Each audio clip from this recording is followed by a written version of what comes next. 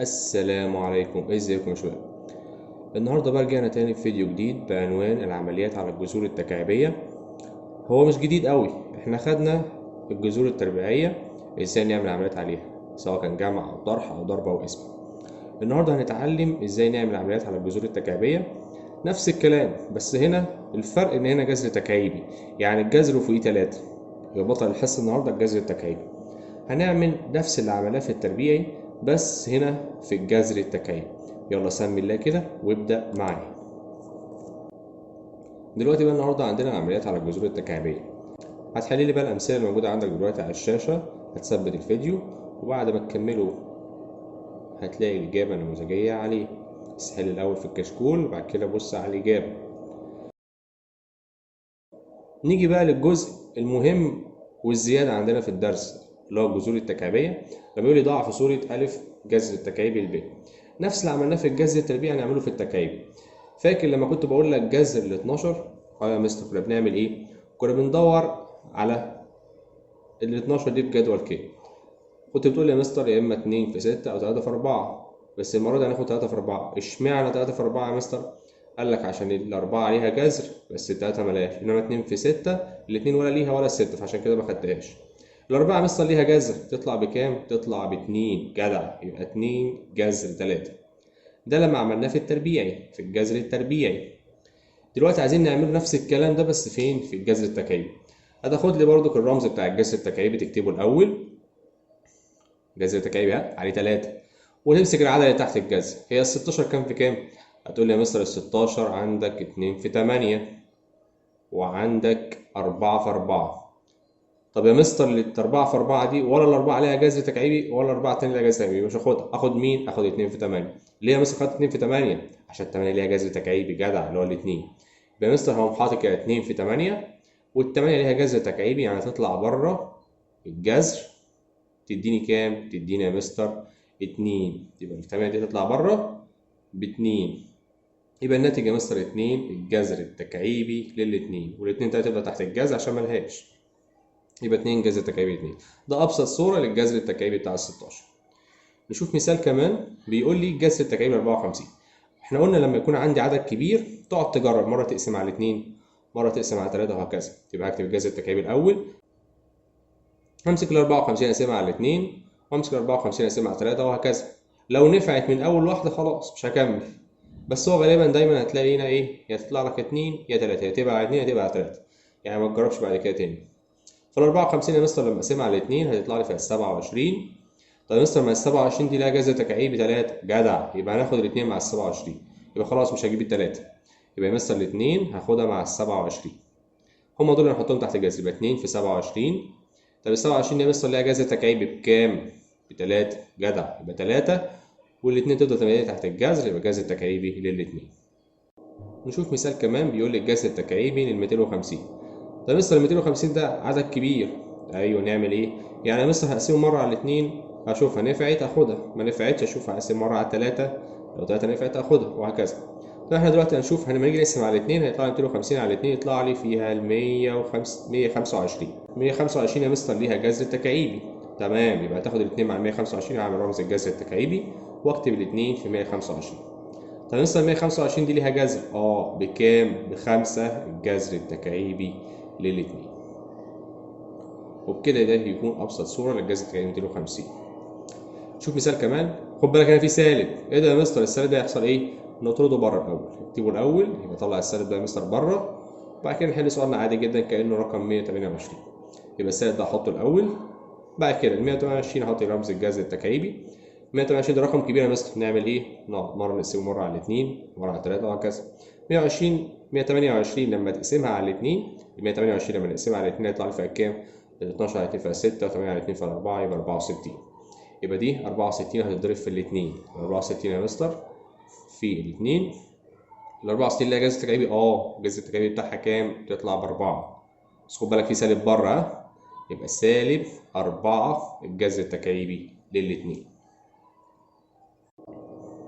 شوف مثال كمان، بيقول الجذر التكعيبي لسالب 24. في سالب، حط السالب الأول بره. وال 24 يا مستر الجذر التكعيبي 24 يعني في 2 في 12 وفي 3 في 8. اخد 3 في 8 ليه؟ عشان 8 ليها جذر يا مستر جدع. يبقى ال 8 يا مستر تطلع بره ب 2، وخد بالك في سالب، يبقى سالب 2 الجذر التكعيبي للتلاتة. نشوف مثال كمان، بيقول لي الجذر التكعيبي لل 81. ال 81 ده عدد كبير يا مستر. ماشي، اقسمه مرة على 2 مرة على 3 وهكذا.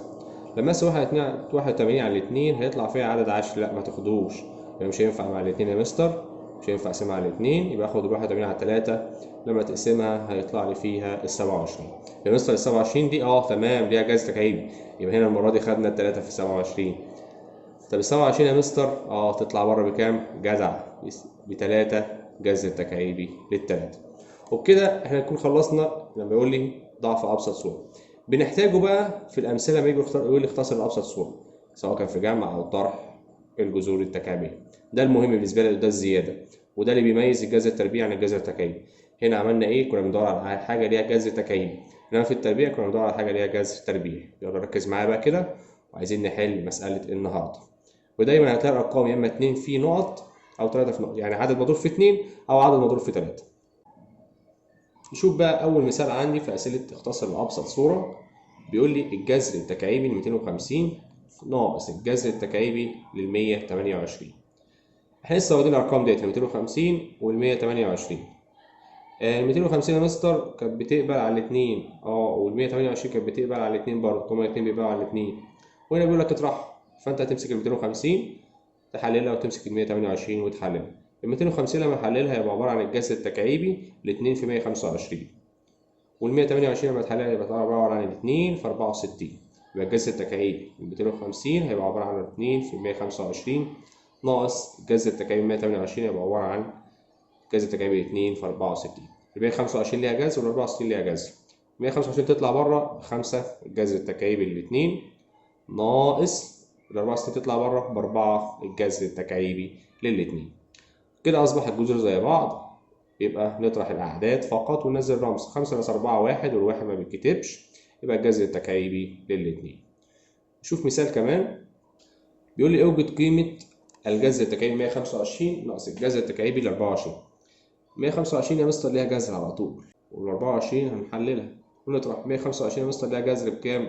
على طول ب5، يبقى يطلع الناتج عدد صحيح 5 ناقص ال 24 عبارة عن يا اما 2 في 12 او 3 في 8. لا يا مستر هاخد 3 في 8 عشان 8 لها جذر، يبقى 125 ب5 هيبقى ناقص الجذر التكعيبي بقى نحللها، يبقى الجذر التكعيبي ل 24 هيبقى عبارة عن 3 في 8. اشمعنى 3 في 8؟ عشان 8 ليها جذر. طب 8 مستر هتطلع بره الخطوة الجاية، هيبقى 5 ناقص 8 تطلع بره، يبقى 2 الجذر التكعيبي للتلاتة. طب مستر ده عدد نسبي وده غير نسبي، ما ينفعش تعمل أي حاجة، تسيبها زي ما هي كده. محدش يقول لي 5 ناقص 2 3، غلط. ده عدد نسبي وده غير نسبي، ما ينفعش اطرحه، بسيبها زي ما هي كده. يقول لي اوجد قيمة الجذر التكعيبي 81 زائد الجذر التكعيبي سالب 24 ناقص 3 الجذر التكعيبي 1 على 9. نمسك واحدة واحدة. ال 81 هنحلله، يبقى الجذر التكعيبي عبارة عن 81 ده عبارة عن ايه؟ 3 في 27. 27 ليها جذر.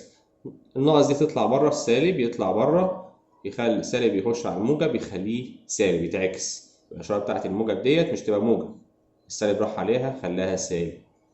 الجذر التكعيبي ل 24 يبقى نفس الجذر التكعيبي ل 24، لسه هجيب ال 24 اهي فوق ب3 في 8. الجذر التكعيبي 3 في كام؟ في 8 ناقص ال3 دي بقى هي بره، دخلها جوه. ما دام لقيت كسر في عدد بره ده دخله جوه تحت الجذر. لما ادخله جوه تحت الجذر التكعيبي يعني اضربه في نفسه 3 مرات، يعني ب 27. التلاتة هتخش بكام؟ ب 27. الجذر التكعيبي 1 على 9 في 27.